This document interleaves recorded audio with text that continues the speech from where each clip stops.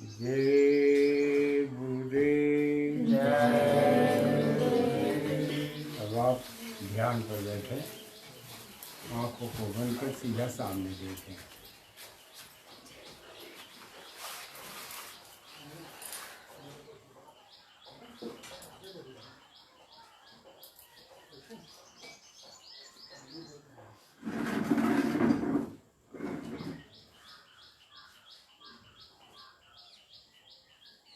वो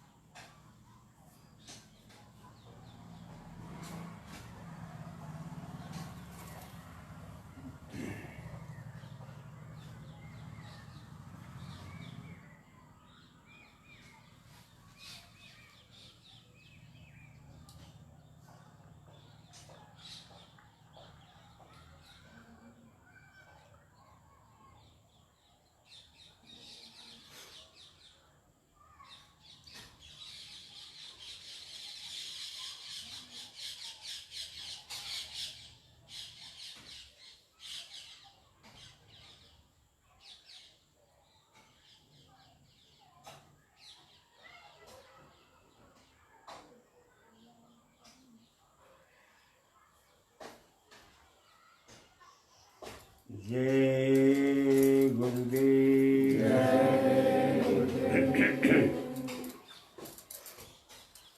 हमारे हरि हारिल की लकड़ी करोड़ों की आस्था, श्रद्धा, प्रेम और विश्वास के केंद्र हमारे स्वामी जी महाराज। धर्म प्रेमी, परमार्थ प्रेमी भाई बहनों और बच्चों, अनंतों जन्मों, वर्षों, पुण्य कर्मों और तमाम तरह क्रियाओं के बाद हमको मनुष्य शरीर मिला। पुंज बिन मिलहि न संता। सत्कर्मों की ढेरी हमको संत भी मिल गए, रास्ता भी मिल गया। संयोग बस जैसे कोई गंभीर गहरी नदी बह रही है और उसके किनारे नहाने के लिए सीढ़ियां बनी हुई है, उन सीढ़ियों पर हम बैठे हैं। तैरना भी नहीं जानते, लोटे से पानी निकाल के स्नान करना है। इधर फिसलन भी है, अगर जरा भी कमी हुई तो सीधे पानी की धारा में बह जाएंगे। और इधर डर करके अगर भाग छूटे तो बाहर विशाल बालू का भरा मैदान है, भरा पूरा। अब बताइए, ऐसी विषम परिस्थिति में आप अपना काम कैसे करोगे? किस विवेक के साथ करोगे? आपकी सोच कैसी होगी? आप कितनी देर तक सोचने में समय बिताओगे और कितनी जल्दी स्नान कर लोगे, मानव जीवन धन्य बनाओगे? यह आपका विषय है। गोस्वामी जी महाराज ने अपनी विनय पत्रिका में लिखा कि हे मेरे मालिक, अब लो नशानी, अब न सही हो। आज तक मैंने अपने जीवन को, जन्म को और तमाम तरह के सत्कर्मों को मैंने नाश कर दिया, लेकिन अब मैं ऐसा करने वाला नहीं। अब न सही हूँ, अब मैं अपने जीवन के शेष समय को नष्ट नहीं करूँगा। अगर नष्ट करता हूँ तो मेरे लिए आदिन है। अगर मैं समय का दुरुपयोग करूँगा, कहीं नदी की धारा में डूबा गिरा तो बह जाऊँगा और इधर निकला तो दूर चला जाऊँगा। ऐसे में हम क्या करें, कैसे रहें? ये परम विवेक भरी वाणी बड़े गौर के साथ सुने। सीधे गोस्वामी जी महाराज लिख रहे हैं कि राम कृपा भव निशा से रानी, जागे फिर न डसई हो। हम पर राम की कृपा हुई। अब आप सोचो कि आप पर राम की कृपा हुई कि नहीं हुई। राम कृपा किसको कहते हैं और राम की दया किसको कहते हैं, ये दोनों दो विषय है। स्वामी जी महाराज ने कहा, देखो दया जो है घाट पर होती है, बाहर नहीं होती। दया घाट पर होती है।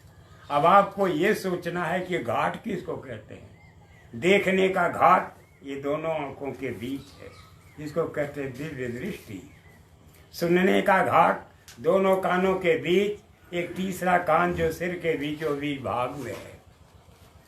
और सूंघने का घाट इन दोनों नाकों के बीच एक धारा आई हुई है, जिससे कि उस ऊपर की खुशबू हमको मिला करती है। भाई बहनों, ये है घाट। और ये किसका घाट है? आत्मा का घाट है। जो घाट पर दया शुरू हो जाती है उसको कहते हैं दया, और जो बाहर दया होती है उसको कहते हैं कृपा। बहुत प्यार के साथ समझिए। कहते हैं हम पर राम की कृपा हुई और जब राम की कृपा हुई तो क्या हुआ? गोस्वामी महाराज ने लिखा है कि राम कृपा नासई सब रोगा, जो यही भांति बने संजोगा। सतगुरु वैद्य वचन विश्वासा, संयम यह न विषय की आशा। राम कृपा किसको कहते हैं? कि सदगुरु रूपी वैद्य मिल गए, उनके वचनों का विश्वास कर लिया और मैंने दवा ली। अब उपचार करके हमको उसका सेवन करना है। अगर सेवन करेंगे, संयम और नियम के साथ रहेंगे, तो हमारा जीवन मंगलमय होगा, और नहीं तो फिर जीवन बेकार चला जाएगा। संजोग से हमने वो सब लाभ प्राप्त कर लिया, और लाभ प्राप्त करने के बाद मेरी आत्मा जग गई। अब जग गई तो जागे फिर न डसई हो। डसना किसको कहते हैं? नाग जब किसी को काटता है तो काटना नहीं कहते, नाग ने डस लिया। अब कृपा किसको कहते हैं? जैसे लिखा है, आज धन्य में यद्यपि सब विधिहीन, निज जन जान राम मोह। राम कृपा कर संत से मिला दिया। निज जन जान राम मोह, संत समागम दीन। आज धन्य में यद्यपि सब विधिहीन, निज जन जाने राम मोह, संत समागम दीन।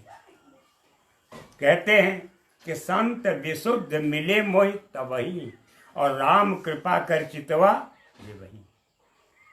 अब मोहि भाव भरोस हनुमंता, बिनु हरि कृपा मिले नहीं संता। बिना मालिक की कृपा के संत नहीं मिलते। और जब संत मिल गए, रास्ता मिल गया, और वचनों पर विश्वास हो गया, और संयम के साथ हम अपने काम में लग गए, तो हमारी जुगान जो की सोती हुई आत्मा जग गई। और अब मैं अपने को डसाऊंगा नहीं। डसने वाले कौन है? नाग और नागिनियाँ। 5 नाग हैं और 25 नागिनियाँ। 5 नाग कौन कौन से हैं? काम, क्रोध, लोभ, मोह और अहंकार। और नागिनियाँ कौन सी हैं? ये 25 प्रकृतियाँ। प्रकृति माने हमारी आदत, उठना बैठना, बोलना डोलना, हंसना गाना बजाना, ये जो कुछ भी है ये 25 प्रकृतियों के अंतर्गत आता है। तो ये हमारी चीज़ें ख़त्म हो गई। नागों और नागिनियों ने डसना बंद कर दिया। और जब ये क्रम शुरू हो गया तो पायो नाम चारु चिंतामणि, उड़ करके न खसई हो। तब मैंने नाम चिंतामणि को प्राप्त कर लिया। अब अपने हृदय रूपी हाथ से जाने नहीं दूंगा। नाम रूप सुच रुचिर कसौटी, चित कांचन कसई हो। मालिक के नाम में, मालिक के रूप में अपने चित्त को जैसे कसौटी पे कसा जाता है, ऐसे कसाऊंगा। नाम रूप सुच रुचिर कसौटी, चित कंचन कसई। प्रेमी भाई बहनों, एक सुहावना अवसर है। आप इस अवसर का भरपूर लाभ उठाएं। अगर ये जीवन बेकार चला गया, फिर समझ लीजिए कि जो हाथ आया लाभ है, उस लाभ को आप खो बैठोगे। केवल 3 जगह आया है बड़े भाग्य शब्द। बड़े भाग्य मानुष तन पावा, फिर दूसरा बड़े भाग्य पाई सत्संगा, और तीसरा आया है कि बड़े भाग्य गुरु के चरण कमल के दर्शन होते हैं। तो वो बड़े भाग्य शब्द आप और उसका जैसा आप प्राप्त करें, इसके लिए आपको सत्संग में बुलाया जा रहा है और सत्संग दूर दूर तक पहुंचाया जा रहा है। अब आप परमार्थी वचन संग्रह के शब्द को सुने, जिस पर कि सुनाने का यह विशेष अवसर है। आज हम जिन कानूनी जकड़नों में फंसे हैं, जिन परिस्थितियों में घिरे हैं और जैसे जैसे रह रहे हैं, ये सब उस मालिक की दया का समझ लो परिचय है। ऐसे विचार और स्वभाव के अंदर रहते हुए हमको मालिक की दया प्राप्त करनी है। थोड़ा बहुत अगर कष्ट होता है तो शरीर रहते आपने पता नहीं कितना कष्ट बर्दाश्त किया है, आपको ये भी बर्दाश्त करना होगा। और अंतर में बैठ करके, दोनों आँखों के बीच बैठ करके अंतरी साधना के जरिए परम प्रभु के दर्शन के रास्ते पर चल निकलने की आवश्यकता है। अब आप सब सत्संग वचन को सुने। बोलो। जय गुरुदेव। निर्दोष सत्कर्ता को किसी भय, संकोच या अल्पमति के कारण किसी काल में नहीं छोड़ना चाहिए। निर्दोष, फिर से। निर्दोष सत्कर्ता को किसी भय, संकोच या अल्पमति के कारण किसी काल में नहीं छोड़ना चाहिए। महापुरुष कहते हैं जो सत्य करता है, सत्य माने जो आत्मा का काम करता है, उसे सत्य कर्ता कहते हैं। कर्ता अकर्ता, एक करता है, एक कर्ता करते हुए भी कर्म नहीं करता है। और यहाँ सत्य कर्ता की बात करते हैं कि जो सत्य करता है, और सत्य है आत्मा। नैनम छिंदन्ति शास्त्राणि नैनम दहति पावक न चैनम क्लेदयन्तापो न शोषित मात्र। यह आत्मा सत्य है जो आत्मा को सजाने और संवारने का काम करता है, और आत्मा को सुंदर ढंग से सजा करके प्रीतम के गले का हार बना देता है, वो है सत्य कर्ता। विभिन्न परिस्थितियों में किन्हीं कारणोंवश आपके अंदर अभाव आ रहा है, तो अपने मनोनुकूल विचारों की वजह से अपने अंदर संकीर्णता आ गई, अपने स्वभाव में कुछ आरुचि आ गई, अपने प्रेम में कुछ कमी आ गई, तंग दिली की वजह से, बेरहमी की वजह से, अपने कमजोरियों को देखते हुए हमको जो है कभी भी अभाव में नहीं जीना चाहिए और उनका साथ नहीं छोड़ना चाहिए। कान खोल के सुन लीजिए। हाँ, सुकर्म की निर्दोषता, उसकी महान उपकारिता और तुम्हारी स्वीकृति श्रद्धा। सुकर्म की निर्दोषिता, वो सुकर्म कर रहा है, सुकर्म कर रहा है, सुंदर कर्म कर रहा है, और उस सुंदर कर्म में आपका भला है। उसकी निर्दोषिता, वो निर्दोष है, लेकिन दोष आप इसलिए लगा रहे हो कि आपके अंदर ऐब है, आपके अंदर बुराई है, आपके अंदर कमी है। आप उस कमी को समझ नहीं पा रहे हो, जिसकी वजह से ऐब लगा रहे हो। उसके अंदर निर्दोषता है, उसके अंदर सुंदर स्वभाव है, सुंदर विचार है, सुंदर वो सहानुभूति रखता है आपके प्रति। तो ऐसे में, ऐसी परिस्थितियों में उसका साथ कभी नहीं छोड़ना चाहिए। फिर वही सुकर्म की निर्दोषता, उसकी महान उपकारिता। उसकी महान उपकारिता, वो आप पर उपकार कर रहा है। उपकार एक शरीर का उपकार होता है, और एक होता है आत्मा को बंधन से मुक्त करा करके घाट पर लाना, और फिर सत्कर्मों के जरिए आत्माओं को निर्देश में पहुंचाना। ये है सुकारी। सुकारी के जरिए, परोपकार के जरिए आपका कल्याण चाह रहा है, तो ऐसों का साथ कभी छोड़ना नहीं चाहिए। हाँ, तुम्हारी स्वीकृति तथा श्रद्धा के प्रभाव से, महापुरुष कहते हैं तुम्हारी स्वीकृति, आपने इस काम को स्वीकार किया है कि महाराज जी मैं आपके साथ रहूंगा, आपके वचन को मानूंगा, आपका अपमान कभी नहीं करूंगा, अपने हित के लिए मैं अपना सर्वस्व न्यौछावर करने के लिए तैयार हूँ। आपने स्वीकृति दी, सहमति दी, और पूरे मन के साथ, तन के साथ लगे हुए हो। तो महापुरुष कहते हैं स्वीकृति के बाद स्वीकृति, श्रद्धा तथा त्याग के प्रभाव से। श्रद्धा, आपके अंदर श्रद्धा है। बिना श्रद्धा और बिना विश्वास के कोई काम नहीं होगा। अगर श्रद्धा है तभी नतमस्तक हो, तभी झुके हुए हो, तभी विनम्र हो, और नहीं तो अगर श्रद्धा न होती तो बांस की तरह आप तन जाते कि मैं झुकने वाला नहीं हूँ। अगर आप झुके हो, आपके अंदर श्रद्धा है, आपके अंदर आस्था है, प्रेम है, विश्वास है, भाव है, तो आप सोचो क्या कहते हैं। अपने टेक से, जिस हौसले के साथ, जिस टेक के साथ आप लगे हो, उस पर विचार करो। हाँ, प्रभाव से आज नहीं तो कुछ वर्षों बाद लोग उस कार्य को जरूर ही अच्छा करेंगे।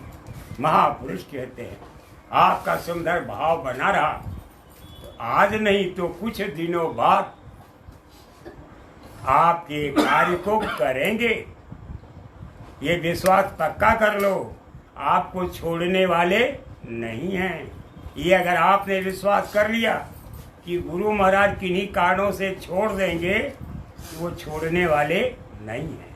स्वामी जी महाराज ने कहा जितना तुम्हारे माँ बाप मानते हैं सोचो जरा, उसे लाखों गुना ज्यादा मैं तुमको मानता हूँ। कितना प्यार करते हैं ये तो काम से आप कहें। हम 84 लाख योनियों में अपने कर्मों बस चले गए, लेकिन मैंने एक चीज ना भुला सका मैं, वो क्या, गुरु कर कोमल शील स्वभाव। मैंने खोया नहीं वो रूप नहीं खोया, मेरी याद बराबर बनी रही। गुरु कर कोमल शील स्वभाव, गुरु के स्वभाव को, गुरु की कोमलता को, गुरु की दयालुता को, वो दया कृपा के धाम हैं, दया कृपा के सागर हैं। प्रेमी भाई बहनों, विनती है कि आप कभी साथ मत छोड़ना। ये बात गुरु की जा रही है, ना कि अपने किसी गुरु भाई बहन की या किसी और की कही जा रही है। जो दया के सागर हैं, जो क्षमा की मूर्ति हैं, जो जीवंत संत सदगुरु हैं, जो उस मालिक में गलतान है, जो मालिक का रूप है। अपने विरोधी को अनुकूल बनाने का सबसे उत्तम और आप थोड़ा थोड़ा पढ़ो। महापुरुष कहते हैं अपने विरोधी को, जो आपके विचारों और कामों का विरोधी है, जो आपका अहित चाहता है, जो आपका नष्ट नाबूद करना चाहता है और दोनों के बीच अंतर द्वंद्व पैदा कर रहा है और झगड़ा खड़ा कर रहा है और झगड़ा लगा रहा है, आपको औंधे कुएं में डालना चाह रहा है, ऐसों से सावधान रहिए। अगर सावधान नहीं रहोगे तो वह ऐसा कर बैठेगा, वो अपने दांव में माहिर है और आप नादान हो, आप कमसिन हो, आप बुजदिल हो। थोड़ा थोड़ा आगे बढ़िए। बनाने का सबसे फिर से उत्तम, कहो। अपने विरोधी को अनुकूल बनाने का। अनुकूल बनाने का यानी जो आपका विरोधी है उसको भी अनुकूल लाओ, अपने पक्ष में लाओ। कहा देखो हमारे और गुरु महाराज के बीच किसी भी तरह का तकरार आप मत बढ़ाइए, हमारा अंतरिम रिश्ता है। अपने अनुकूल बनाने का, अपने अनुकूल बना लो, क्योंकि उससे भी आपका नुकसान हो सकता है, अपने पक्ष में ले लो। हाँ, सबसे उत्तम और सीधा यत्न यह है, सबसे उत्तम, सबसे श्रेष्ठ, सबसे ऊंचा मार्ग क्या है वो कह रहे हैं। बड़े साफ शब्दों में से सुनिए, और जरा भी इधर उधर हुए तो तलवार की तेज धार पर आप चल रहे हो तो गिर जाओगे, कामयाबी मुश्किल हो जाएगी। हाँ, उसके साथ सरल और सच्चा प्रेम करो। उसके साथ भी सरल और सच्चा प्रेम करो। सरलता के साथ समझाओ कि महाराज जी बरगलाओ मत, बहकाओ मत, मुझे इधर उधर घुमाओ मत। सच्चा प्रेम आप कीजिए। आप भोजन का समय है, उसको भी बैठा के खिलाओ, खुद भी खाए, धीरे धीरे वो मित्र बन जाएगा। ऐसे ही रूठे मन को मनाया जाता है। और मन तो उपद्रवी है, मन अशांत है, मन चिड़चिड़ा है, मन रोगी है, अपाहिज है, इंद्रियों के घाट पर बैठ करके भोगों का भोग भोगने के लिए बेचैन है। ऐसे ही मन को भी मनाया जाता है, क्योंकि मन जो है इस परम लक्ष्य को प्राप्त करने में एक बहुत बड़ा कारण बना हुआ है। इसलिए कि मन का रुख आनंद लेने पर, वो इंद्रियों के घाट पर बैठ करके भोगों का भोग भोगने में दत्त चित्त है। और महात्मा कह रहे हैं कि मन को खींचो, अंतर में लाओ और दो आंखों के बीच यहाँ आसन मार करके यहाँ बैठो। आप तखत पर बैठ रहे हो, जमीन पर बैठ रहे हो, चारपाई पर बैठ रहे हो, घर में बैठ रहे हो, जंगल में बैठ रहे हो, तो वहां काम बनने वाला नहीं है। अगर आप अपना काम बनाना चाहते हो तो अपने को समेटो और समेट करके इंद्रियों के घाट से मुड़ो, यू टर्न लो, ऊपर चढ़ो और दोनों आंख के बीच यहां आकर के बैठ जाओ, आसन लगाओ। आखिर क्यों कहा you want to stay in this universe you must need a perfect spiritual master. यदि आप अस्थायी शांति चाहते हो, विराम चाहते हो, आराम चाहते हो, सुकून चाहते हो, पनाह चाहते हो, तो महापुरुष की संगत और सोहबत ले लो। जब वो मिल जाएंगे, आपको रास्ता बताएंगे, आपको विचारों से उठा करके इन दोनों आंखों के बीच आपका आसन लगवा देंगे और फिर यहाँ सुमरन साधन भजन आप कीजिए, फिर आपका चित्त इतना भागेगा नहीं। हाँ, वह तुमसे रुष्ट रहे और तुम्हारी बुराई करता हो। वह तुमसे रुष्ट रहे, जैसे अपना मन रुष्ट हो जाता है। जब रुष्ट हो जाता है तो आप और गुरु के बीच झगड़ा लगा देगा। देखो यहाँ तो कैसी मार पड़ रही, विचार से, व्यवहार से, और तंगदिली का दर्शन हो रहा है। कायदे से भोजन नहीं मिला और तमाम तरह की परेशानियां और हालत। मन कहता है, ऐसे ही कोई और आ गया, अब वो दो मन हो गए, एक आपका मन विरोधी, एक उसका मन विरोधी, उसकी बात आपने मान ली। तो ऐसे में आप उसको समझाओ कि देखो यहाँ हम सुंदर सुंदर भोजन करने के लिए नहीं आए हैं, पराई देवियों को देखने के लिए नहीं आए हैं, यहाँ हम मजा लेने नहीं आए हैं, मेला घूमने नहीं आए हैं, हम यहाँ 84 कोस की परिक्रमा करने नहीं आए। हमारा लक्ष्य क्या है कि हमारे गुरु महाराज प्रसन्न हो। सत्संग का निर्धारित समय है, समय से सत्संग करना और वचनों को सुनना और अमली जामा देना हमारा धर्म है। अगर वो बहका रहा है तो आपका नुकसान चाहता है। अगर आप उसको दुत्कार दोगे, फटकार दोगे, तो आपका बैरी बन जाएगा। आप वहां आश्रम छोड़ के आओगे, घर आपका विरोध करेगा, आपका शांतमय जीवन अशांत कर देगा। इसलिए उसको भी प्रेम से समझाइए और अपना बना के रखिए। यही बुद्धिमानी है और इसी में संगत का विकास है।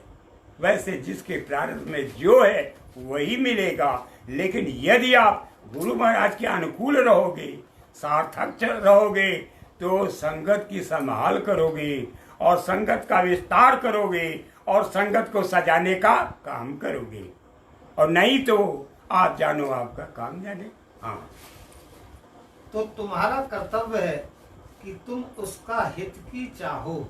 महापुरुष कहते हैं तुम्हारा नैतिक कर्तव्य क्या है, नीतिगत कर्तव्य क्या है कि तुम उसका भी हित चाहो, उसका भी भला चाहो, और जरा देर में कठोर हो जाना और जरा देर में बुरा भाव बना लेना और उसकी प्रति बुरी सोच रखना, ये तंग दिली है।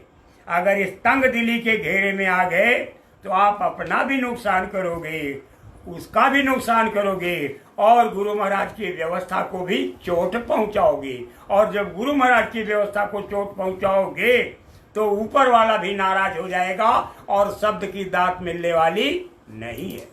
हाँ, और उससे बराबर प्रेम करते रहो और उससे भी बराबर निर्मलता के साथ, सुचिता के साथ, पवित्रता के साथ प्रेम करते रहें। अपने प्रेम में अपनी तरफ से कोई कमी न लाए। अभी उसकी बात मालिक पर छोड़ दीजिए। आप किसी के भाग्य विधाता नहीं हो, लेकिन आपका धर्म यह है कि आप नित्य निरंतर सबसे प्रेम करते रहो। जिसे आप साथ लाए हो, अपना मान करके लाए हो, कुछ समझ करके लाए हो, और किन्हीं कारणों को लेकर के अगर उसके साथ विरोध करोगे तो मामला जो है घपले में पड़ जाएगा। इसलिए दूर तक सोचिए। हाँ, अपने कार्य में आलस न करना ही सफलता की कुंजी है। अपने कार्य में, जो आपका निजी कार्य है, एक तो देही सुख का कार्य है और एक आत्मा का कार्य है। तो निजी कार्य जो है आत्मा का है, उसमें आलस्य का त्याग करना ही सफलता की कुंजी है। आप सफल हो जाओगे और कुंजी ही आपके पास नहीं है, महल में ताला लटक रहा है, जाओगे कैसे अंदर?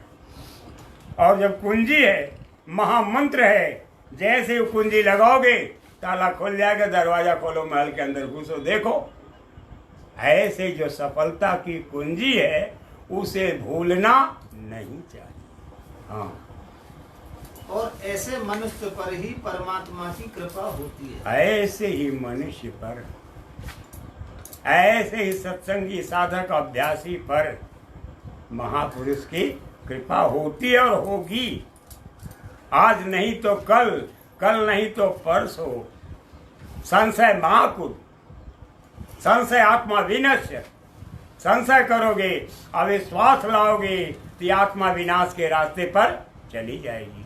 फिर आप जानो आपका काम नहीं। यही भगवान कृष्ण ने अर्जुन से समझाया, अर्जुन को समझाया कि अर्जुन संशय मत करो, नहीं तो समझ लो कि आत्मा विनाश के रास्ते पर चली जाएगी। इसलिए भाई बहनों, आप सजग हो जाओ। आपका कर्तव्य क्या है, आपकी ड्यूटी क्या है, और साधकों को कैसे रहना चाहिए, किस रहनी के अंतर्गत, किन विचारों, भाव और कर्मों के अंतर्गत आपकी पैठ हो, आपका रहन सहन हो, विचार भाव कर्म हो, इन विषयों पर आप विचार कीजिए। हाँ। और जब परमात्मा की कृपा हुई तो साधना में मन लगता है। और जब परमात्मा की कृपा हुई, परमात्मा माने परम आत्मा, सतगुरु की कृपा आप पर हुई तो आपका मन साधना में लगने लगा। आप भजन करने लगे, सुमरन करने लगे, मालिक की दया का पात्र बनने लगे, आपके शरीर की सफाई होने लगी, आपका अंतःकरण पवित्र होने लगा। नहीं तो ऐसा सब कुछ पहले नहीं था। ये गुरु महाराज की दया कृपा का संकेत है। हाँ।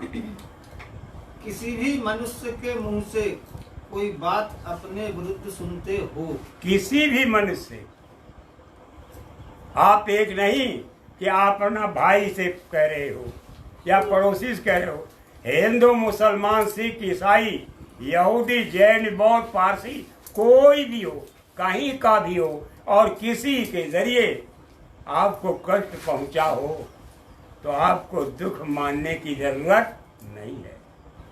हुक्म बिना झूले नहीं पाता, बिना मालिक की मर्जी के पत्ता नहीं खड़कता। हो सकता है हमारा उसका कर्मों का कुछ लेन देन हो और लेन देन को भुगताया जा रहा हो, लेन देन को निपटाया जा रहा हो।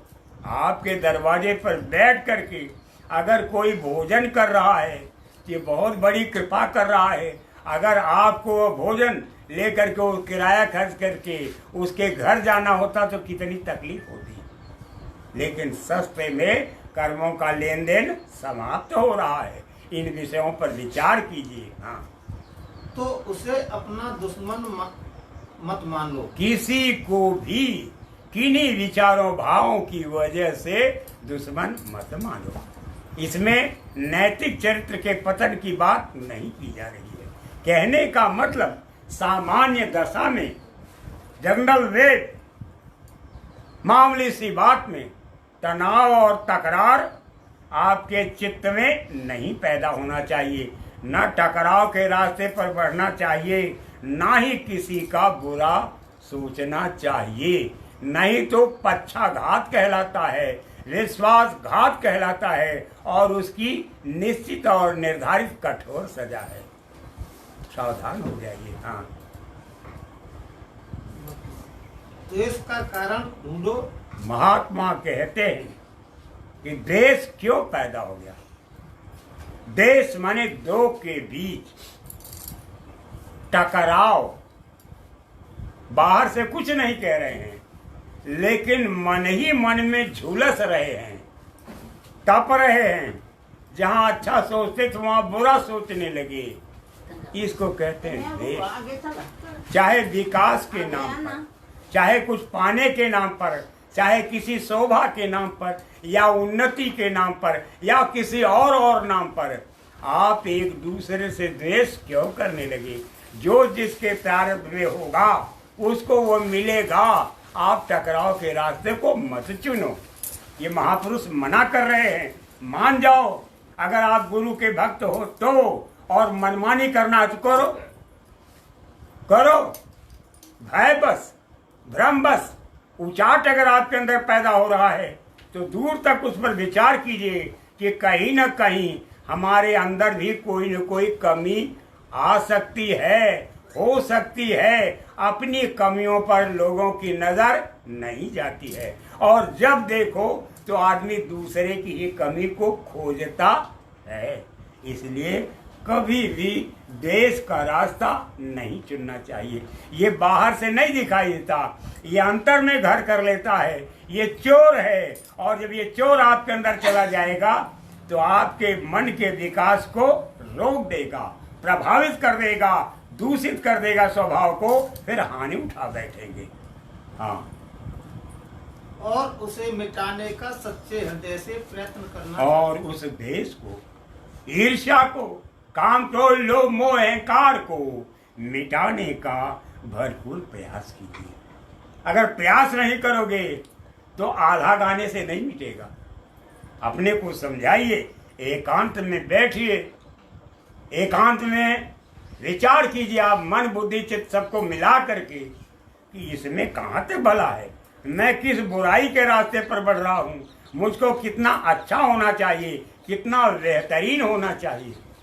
साधु का स्वभाव सूप की तरह होना चाहिए कि सार सार को गह रहे और थोथा दे उड़ाए, थोथा उड़ा देना चाहिए। संत सरल चित जगत है। संतों का स्वभाव सरल होना चाहिए, सारे जगत का भला होना चाहिए। और फिर कहा कि नवम सरल सब संचल हीना, मम भरोसे ही आरस न दीना। नवम व्यक्ति ये है कि सरल हो जाओ, सब सरल, सब संचल प्रीति, सब सन प्रीति, सबसे प्रेम करो और सबसे सरल रहो। ये भाव विचार आपके हों तब आप आगे बढ़ोगे, नहीं तो नहीं। सोचने की जरूरत है। हाँ, हो सकता है तुम्हारी गलती हो सकता है, कदाचित ऐसी कोई बात है कि आपने गलती की है तो उस पर विचार करो, पुनः ऐसी गलती न हो, और अपनी गलती के लिए उससे क्षमा मांग लेना चाहिए। इससे आपकी बड़ाई में कोई कमी नहीं आती है। आपका रास्ता खुला है। अगर उसके अंदर संकीर्णता है तो वो जाने, उसका काम जाने, लेकिन आपका रास्ता साफ हो जाएगा और धड़धड़ाते हुए आप आगे निकल जाओगे। ये परमार्थी का और पुरुषार्थी का और श्रेष्ठ भक्त का ये आचरण है। ऐसा होना चाहिए।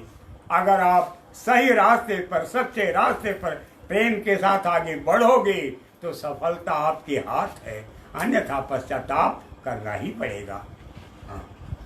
जो तुम्हें अब तक दिख न पड़ी हो, जो तुम्हें अब तक दिखाई न दी हो, जो विषय, जो विचार, जो काम, जो भाव, जो दर्शन, जो भी लीला आपको दिखाई नहीं दी रही थी, अब दिखाई पड़ी हो तो सावधान हो जाइए। कहते हैं क्या, अथवा वह ही किसी बुरी वासना के बस होकर उस प्रभाव में बह गया हो, अथवा वह स्वयं किसी बुरी वासना, वासना माने भूख, 9 इंद्रियां हैं और 9 इंद्रियों के अपने अपने चाल हैं और काल माया का दांव अलग चल रहा है। किसी बुरे भाव, विचार और कर्म का कैदी हो गया हो तो जरा सोचिए, सोचिए इसके पीछे क्या कारण है। संगत और सोहबत को दोष मत दीजिए, सावधानी बरतना आवश्यक है। क्या कहते हैं महापुरुष, ऐसी हालत में प्रेम और शांति से काम लेना चाहिए। ऐसी नाजुक हालत में प्रेम और शांति से काम लेना चाहिए। प्रेम को तोड़ो मत, शांति को बनाए रखो और अंतर से जो है, अंतर में उपदेश लेते रहो गुरु का। आपको सतर्क रहना चाहिए कि भाई कोई बुरा काम हमसे न हो या उसकी बुराई से हम प्रभावित न हो। ऐसी सोच हमको निरंतर अपने अंदर बनाए रखने की जरूरत है। हाँ। अपने अंतःकरण को भी टटोलते रहना। अपने अंतःकरण को, अंतःकरण माने चार हैं, चित्त, मन, बुद्धि और अहंकार। इन चारों को देखते रहिए कि इन चारों के अंदर कोई कमी तो नहीं आ रही है। इसी को कहते हैं टटोलना, यानी खोजना, अन्वेषण करना, बारीकी के साथ जांच करना। ऐसा करते रहना चाहिए। ये विवेकी, सतमार्गी और परमार्थी का धर्म है। यदि ऐसा आप नहीं करोगे तो आप जानो, आपका काम जाने। अंतःकरण में काम, क्रोध, हिंसा, द्वेष, बैर, ईर्षा, मान, अहंकार अपना घर न कर पावे। अपने अंतःकरण में इन चारों में जो संसार की निश्चित और निर्धारित बुराइयां हैं, कमोबेश वो घुसने न पाए। आपने सुंदर पेड़ लगाया, अगर रोग के कीटाणु लग जाएंगे तो फल खाना तो दूर की बात, पेड़ ध्वस्त। आपका इरादा वही खाक। इसलिए बराबर प्रयास करते रहिए कि हमने जो पेड़ लगाया है भक्ति का, ये सूखने न पाए, इसकी टहनियां टूटने न पाए, पत्तियों को कोई तोड़ न सके। प्यार और मोहब्बत के साथ अपनी कोमलता, सरलता और सुशीलता को बरकरार रखते हुए, कायम रखते हुए भक्ति के रास्ते पर आपको निरंतर बढ़ने की जरूरत है। बुरा कहलाना अच्छा है। लोग आपको बुरा कहें कि देखिए उसके साथ उसने बुरा काम किया और फिर भी उसी का पक्ष ले रहा है, ये सुनता नहीं, ये मानता नहीं, ये उद्दंड है, दुष्ट है, इसकी अकल नहीं काम करती, तो वो तो कहेगा ही। जो गलती हुई है, जिन गलतियों का खामियाजा भुगत रहे हो, वो तो कहेगा ही। लेकिन उसको ये नहीं मालूम कि दोनों के कर्म सने हुए हैं। ये सने हुए कर्मों का पीरियड चल रहा है। विवेक विचार से बचने की जरूरत है। शांति और शीतलता का बाना आपको ऊंचाइयों पर ले जाएगा, लेकिन ईर्ष्या, द्वेष, काम, क्रोध, लोभ, मोह, अहंकार पतन का रास्ता खोल देगा। ये जो बातें कही जा रही हैं, ये किस्सा नहीं है, ये कानून है।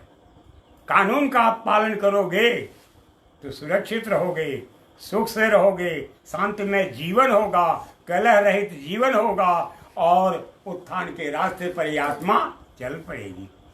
और अगर कानून के खिलाफ अगर कोई कदम उठाओगे तो एक्सीडेंट होगा, दुर्घटना होगी, ये आपका टूटा फूटा पुराना शरीर फट जाएगा, नष्ट हो जाएगा। फिर भजन आप किस में बैठ के करोगे? शरीर माध्यम खलु धर्म साधनम, शरीर ही धर्म की साधना का आधार है। तो दूर तक सोचो आपका काम कैसे होगा। हाँ। परंतु अच्छा कहलाकर बुरा बनने रहना ही बहुत खराब है। महापुरुष कहते हैं, बाहर से आपको कोई बुरा कह रहा है तो चलो उसकी बात सुन लो। बुरा कह रहा है कहने दो, उसके दिल दिमाग में कोई बात आई होगी, बुरा कह रहा है कहने दो, वक्त से समझ जाएगा। बाहर से बुरा कहलाना ठीक है, लेकिन अंदर से आप अच्छे बने रहो। और बाहर से अच्छा बनने का नाटक करोगे, लोग कहेंगे कि अरे अब तो बहुत अच्छा हो गया, और अंदर से वो बुरे विचार गए नहीं हैं, बुरे भाव गए नहीं हैं और बुराई की आदत गई नहीं है, तो ये चीज आपकी शोभा को प्रभावित करेगी और आपको नष्ट नाबूद कर देगी। आपको खाली टूटे पिटे हुए फटे हुए कनस्तर की तरह लोग उठा करके फेंक देंगे एक दिन। हाँ। तुम्हारे शरीर से किसी प्राणी का उपकार हो जाए। महापुरुष कहते हैं, ये शरीर चंद्रोजा है, ये किराए का मकान है, एक दिन छोड़ करके चल दोगे, लोग मिट्टी के अंदर दबा देंगे या फूंक देंगे। ये सत्कर्म का आधार है। और दुष्कर्म भी आप इससे कर सकते हो। बेहतर ये होगा कि जब तक जियो, ये मोहक आकर्षक संसार का खेल केवल आपके ही लिए नहीं, सबके लिए है। आपकी खेलने की इच्छा नहीं है, मत खेलो, लेकिन दूसरा कोई खेल रहा है तो उसके बदन में आग मत लगाओ, उसकी योजना को, उसके कार्यक्रम को आप ध्वस्त मत कीजिए।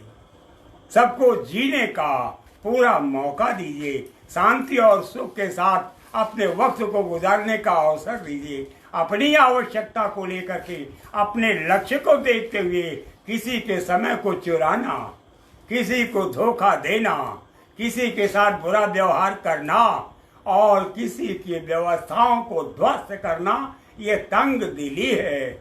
ऐसा करने वाले माफी नामे में नहीं आते हैं। उन पर दया कृपा की बख्शीश हो, ऐसी सोच आप दिल दिमाग से निकाल दीजिए।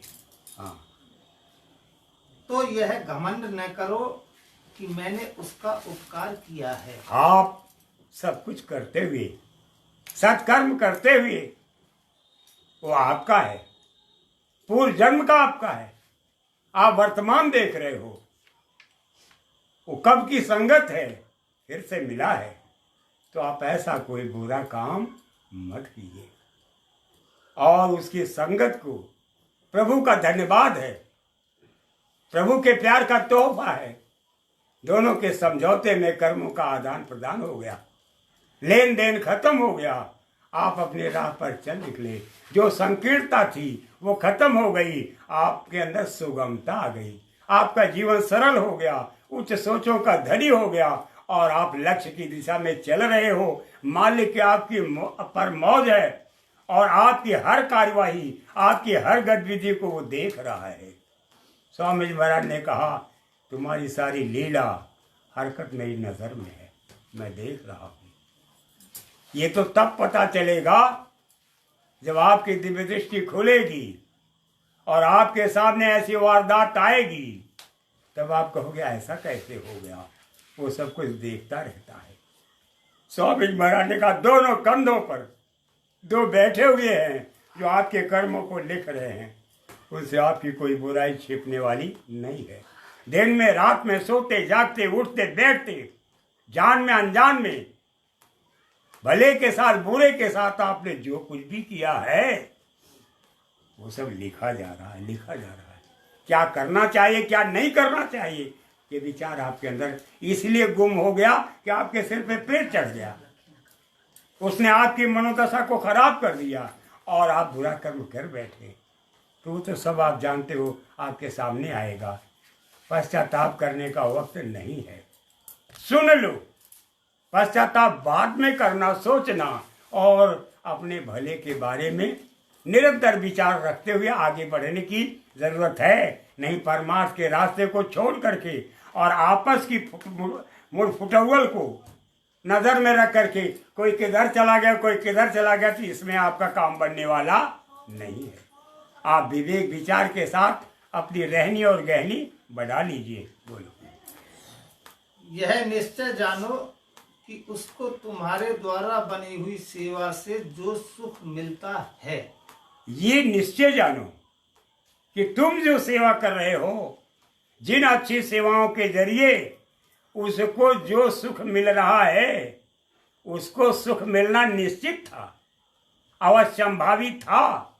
उसके भाग्य में है कि उसको इन परिस्थितियों में भी सुख मिलेगा। इसे कोई माई का लाल रोक नहीं सकता। ये तो तुम कारण बन गए, तुमको लाभ मिल गया और पुण्य के भागीदार बन गए, इसलिए अपने अंदर संकीर्णता लाने की जरूरत नहीं है। हाँ, सुनिश्चय ही उसके शुभ कर्म का फल है। वो सब जो हुआ, हो रहा है और होगा, वो उसके शुभ कर्म का फल और उसका लाभ आप ले रहे हो। किसी की जिंदगी में दिवाली लिखा है और आपके भाग्य में मौत का आलम, तो उसके शुभ कर्म की वजह से अगर आप बच गए तो समझ लो उसके शुभ कर्मों के फल का लाभ आपको मिल रहा है। उसको भी हृदय से धन्यवाद देने की जरूरत है। आप एक दूसरे पर शत्रु भाव न डालें और के लिए उसका कारण बन जा रहे हो, आपके जरिए उसका लाभ मिल रहा है और आपके जरिए कितने लोगों के अच्छे कर्म हो जा रहे हैं, जिनके दरवाजे पर जा करके उनके हित का काम कर दे रहे हैं। तो ऐसे ही कोई किसी के लिए निमित्त बन करके अगर उसे सुखी कर रहा है तो ऐसा होना था, ऐसा मालिक को मंजूर था, तब हो रहा है। ये मत समझिएगा कि आप ही सबसे बड़े साधु हो। परम प्रभु, आपने बड़ी दया की कि विषम परिस्थिति में मेरी रक्षा की। ये प्रभु को धन्यवाद दो। जो कुछ हो रहा है प्रभु की मौज से हो रहा है। बिना मौज पत्ता जब नहीं हिलता, वे रजाए तू ये के वर्ण सुमत दे दत्त, तो ये क्यों मानते हो कि मैं बहुत अच्छा था, मैं बड़े ऊंचे विचार का था, बड़ी ऊंची मेरी सोच थी। ऐसा सब कुछ मान करके चुप मत हो जाओ। ये मालिक की मर्जी थी, मालिक की मर्जी है और रहेगी। इस चीज को आप हृदय से स्वीकार करें। हाँ, जो उसने तुम्हें किसी को सुख पहुंचाने के निमित्त बनाया, उस मालिक ने आपको इस योग्य बना दिया कि आप किसी को सुख पहुंचा सको। आपके पास पैर है, चल सकते हो, हाथ है, कर्म कर सकते हो, आंखें हैं, देख सकते हो, मुंह है, बोल सकते हो। तमाम सक्रियता इसलिए बनी है कि उस अंग के आप धनी हो। अगर वो अंग न होता तो इसको आप अलमारी में रखोगे, मरने के बाद तिजोरी में रखोगे, ये सड़ने लगता है। लोग कितनी जल्दी जो है इसको कामयाबी के रास्ते पर ले जाते हैं और आपका नाम समाप्त कर देते हैं। इसलिए जिस मालिक ने आपको सत्ता सौंपी है, तमाम तरह का वरदान दिया है, तमाम तरह का सुख और तमाम तरह की उपलब्धियां दी है, और उन उपलब्धियों से जिनको जो लाभ मिल रहा है, तो इसके लिए उस मालिक को शुक्राना अदा करो, उस मालिक को धन्यवाद दो कि हे मेरे मालिक, आपकी दया है, आपकी कृपा है कि मैं जीवों के हित कुछ काम कर रहा हूँ। अगर आपकी कृपा न होती तो हमारी क्या औकात थी मालिक कि आपके बच्चों की हम परवरिश करते। हाँ, और उस जीव का उपकार मानो, और उस जीव का उपकार मानो कि हमको कहीं जाना नहीं पड़ा, वो हमारे यहाँ खाने के लिए चला आया। अगर उसके यहाँ जाना पड़ता तो हमारी तो पांव प्यादे चलते चलते हालत खराब हो जाती। प्रेमी भाई बहनों, ये जो कुछ हो रहा है मौज से हो रहा है और मौज से ऐसे ही चलता रहेगा। हमारे स्वामी जी महाराज ने कहा, आगे ऐसी परिस्थिति आ रही है, ऐसा भीषण एक्सीडेंट होगा कि मस्तक फट जाएगा, आंख फूट जाएगी, मुंह खराब हो जाएगा, हाथ पांव टूट जाएंगे। ऐसी स्थिति में जो आपको उठा करके ले जाएगा और हॉस्पिटल में भर्ती कराएगा, जो आपकी सेवा करेगा, आपको तमाम तरह का लाभ पहुंचाएगा और फिर आपको घर पहुंचाएगा, वही आपके लिए राम बन जाएगा, वही कृष्ण बन जाएगा, वही ईसा और मोहम्मद बन जाएगा। ये स्वामी जी महाराज के वचन हैं। इसलिए आप नेक काम करते करते एक दिन उस मालिक की काबिलियत को हासिल करेंगे। आप बहुत ऊंचाई पर होंगे, इसलिए नेक काम करना आप बंद न करें। जितना आपके प्रारब्ध में है वो मिलेगा और आएगा। आप तो खाली प्रकट रास्ता देख रहे हो कि हमारे इतने मित्र हैं, ऐसे हैं, ऐसे हैं, यही हैं, और वो और रास्ता बना देगा और उस रास्ते पर आपको चल करके सुखी बना देगा। मैं आपको एक मथुरा के डॉक्टर की बात बताऊं। प्रतिदिन जब वो हॉस्पिटल के लिए चलता था तो उसकी औरत लिख करके दे देती थी कि ये काम, ये काम, ये काम। जब वो कुर्सी पर बैठता था कहता था कि इतने पैसे का इंतजाम करना है प्रभु, तो थोड़ा थोड़ा करके पैसा लेता था। जब उतने का इंतजाम हो जाता था बस अब ले जाओ मुफ्त, फिर वो मुफ्त बांटता था। एक दिन उसकी औरत ने लिखा कि और लड़की की शादी और उसके विदाई के सामान जब वो आके देखा, कहा ये तो आज तो उसने बड़ा तगड़ा झटका दे दिया, और थोड़ी सी मेरी आमदनी से हमने लिख दिया लड़की की शादी और उसकी विदाई का सामान। कहा ये प्रभु का काम है, सामने लिख दिया ये प्रभु का काम है, बस डैश मार दिया और ले जा करके पैसा दे दिया। कहा और, कहा देख लो उसमें क्या लिखा हुआ है। कहा अच्छा चलो कोई बात नहीं, ऐसे आप चलते रहो, मैं देखती हूँ आप क्या करते हैं। और एक दिन एक परिवार सामने बैठा हुआ था। कहा महाराज जी ये देखिए DCM है। कहा क्या बात है महाराज जी।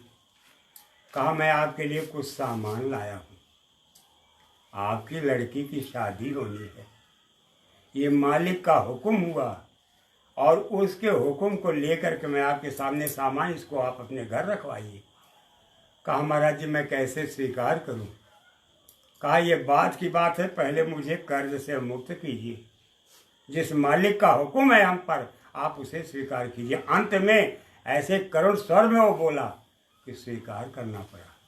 वो जो ऊपर बैठा हुआ है वो सब जानता है।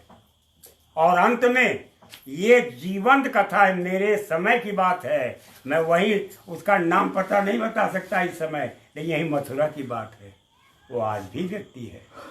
प्रेमी भाई बहनों, जब आपके किसी काम का वक्त आ जाएगा तो जो चतुर्भुजी है, चार भुजा वाला कोई नहीं, आप ऊपर जाके देखा ना, चार भुजा वाला इसलिए कहलाता है कि वो चारों तरफ से आपको मदद देगा, आपको मदद दे करके आपके काम को आसान बना देगा।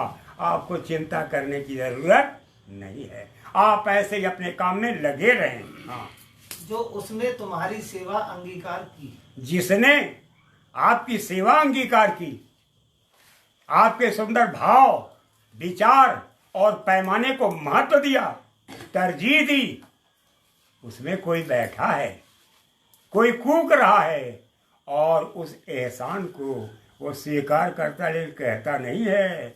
अगर मैं कहूँगा इसको अहंकार हो जाएगा और धीरे से कतराता है। अगर इसके मुंह पे तारीफ करूँगा तो ये अहंकार का पुतला हो जाएगा और अपने किए हुए कर्म को जला बैठेगा।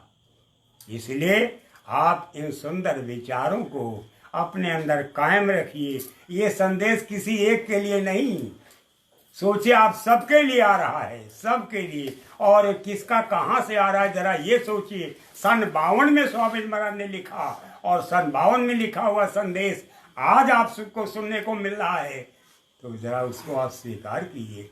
इस सत्यता में कोई कमी नहीं है। हाँ, जय गुरुदेव। जय गुरुदेव। आप सबसे निवेदन है, मेरी प्रार्थना है कि कल आप 11:30 बजे तक यहाँ पधारें। मुझे पक्का विश्वास है कि बिना कुछ न कुछ खाए आप चलेंगे नहीं, क्योंकि आपके अंदर जो मन बैठा हुआ है ये थोड़ा मोड़ा उद्दंड नहीं है। कहेगा कि भाई पता नहीं भोजन में क्या बनाए, हमारे मन का मिले न मिले आइटम, तो थोड़ा हम खा के चलेंगे, खा के आएंगे जरूर। अगर व्रत रहेंगे तो और अच्छा है, आप आ जाइए यहाँ, आप काम में सहयोग कीजिए, सद्भावपूर्ण सहयोग आपका बना रहे विनय के साथ। ये हमारी पुरानी परंपरा है। और कल दिन में ठीक 12 बजे से सत्संग शुरू हो जाएगा, वो सिला 3 बजे तक चलेगा और 3 बजे तत्काल समापन के बाद सीधे आपको भोजन की जगह पर बिठा दिया जाएगा। कोई कमी नहीं होगी। ऐसा प्रयास परिवार के सभी लोगों का है। मेरे कहने में कोई गलती हुई हो तो आप सब क्षमा करना। जय गुरुदेव।